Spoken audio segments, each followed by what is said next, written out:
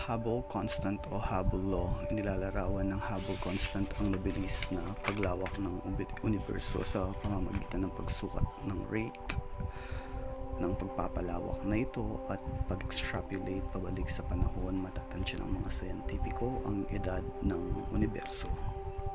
Pinapakita rin na the farther you get, the faster you go. Ito yung velocity, and this one is the distance from Earth. If you're like 30 million light years away, the recession velocity is around 5,000 kilometers per second. Ito, mapapansin din na habang lumalayo, kumukonti yung mga galaxies.